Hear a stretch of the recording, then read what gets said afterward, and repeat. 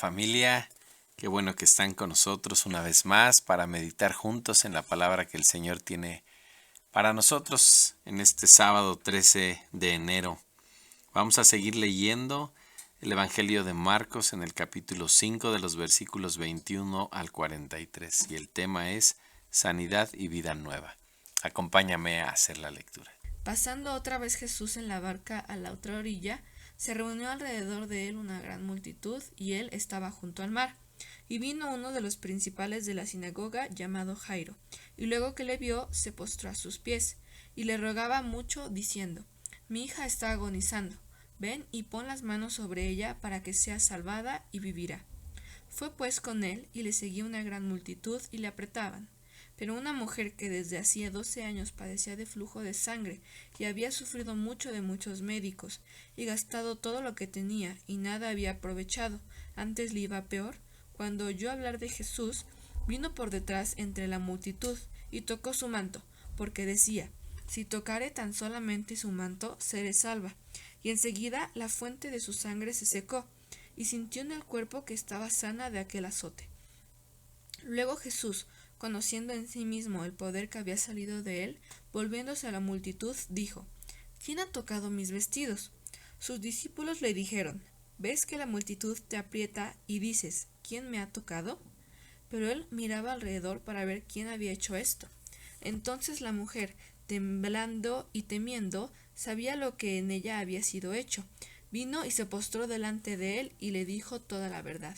Y él le dijo: Hija, tu fe te ha hecho salva. Ve en paz y queda sana de tu azote. Mientras él aún hablaba, vinieron de casa del principal de la sinagoga, diciendo: Tu hija ha muerto. ¿Para qué molestas más al maestro? Pero Jesús, luego que oyó lo que decía, dijo al principal de la sinagoga: No temas, cree solamente. Y no permitió que le siguiera nadie, sino Pedro, Jacobo y Juan, hermano de Jacobo. Y vino a casa del principal de la sinagoga, y vio el alboroto y a los que lloraban y lamentaban mucho. Y entrando les dijo: ¿Por qué alborotáis y lloráis? La niña no está muerta, sino duerme. Y se burlaban de él.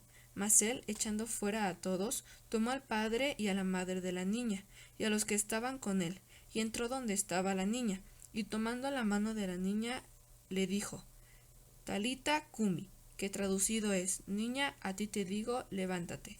Y luego la niña se levantó y andaba, pues tenía 12 años, y se espantaron grandemente. Pero él les mandó mucho que nadie lo supiera, y dijo que se le diese de comer. Vamos a analizar los versículos que acabamos de leer. Encontramos a dos personajes conocidos en estos versículos, que es Jairo, el principal de la sinagoga, y la mujer que tenía el flujo de sangre. Podemos observar 4 características en estos pasajes que hablan acerca de Jairo y de la actitud que él toma para pedirle a Jesús que conteste su oración. La primera es que debemos buscar su presencia, ir a su presencia. Jairo fue a buscar a Jesús. Siendo uno de los principales en la sinagoga, él decide hacer a un lado toda su condición para ir a la búsqueda de Jesús, encontrarse con él. La segunda cosa es que él se postra a sus pies. Eso habla de un sentido de humillarnos con sinceridad delante de Jesús. Después, la tercera cosa que podemos ver es que él le presenta su petición con fervor santo. Es decir, él le rogaba a Jesús diciendo, puedes imaginarte esa actitud que él tenía en ese momento. Estaba rogando, ciertamente, estaba presentando su petición de manera apasionada, entregada, totalmente dedicada. Y finalmente habla de la fe que debemos de tener. Decíamos que a diferencia del centurión, Jairo tenía una fe diferente. Y eso nos enseña que a veces no hace falta ser el más letrado y entendido, ¿verdad? Simplemente hay que saber cómo abandonar todo nuestro ser y toda nuestra vida y todo nuestro corazón al Señor. Así es que él le dice, ven, ve a mi casa, pon las manos sobre mi hija, ella será salva y vivirá. Hace esa confesión, declarando la confianza total en el poder y en la bondad de Jesús. El otro personaje que podemos ver es esa mujer que es sanada de ese flujo de sangre, de esa hemorragia. Hace tiempo yo aprendí que en este versículo también se habla acerca de la fe, cuando solamente nos queda la fe.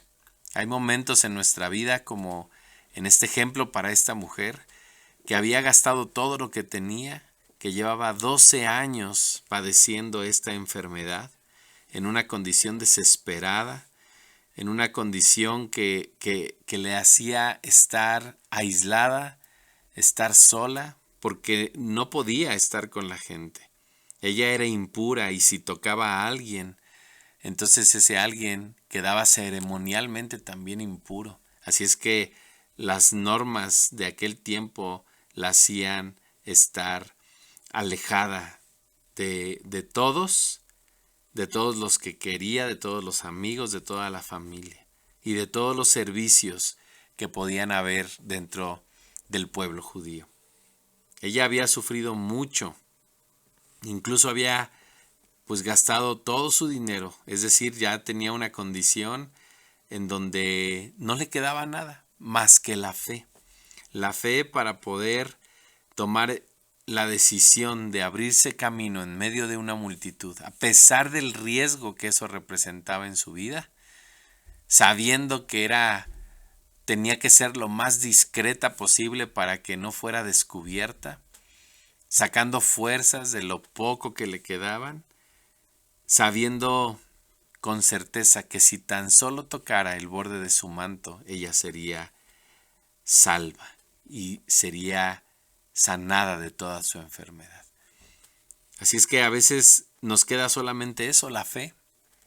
Cuando nosotros aprendemos a depender totalmente del Señor y que no importa si la situación es grande, es pequeña, podría tener solución en nuestras manos o no tenerla, siempre debemos de aprender a depender del Señor, a confiar plenamente en Él, como estos dos personajes que hemos leído hoy.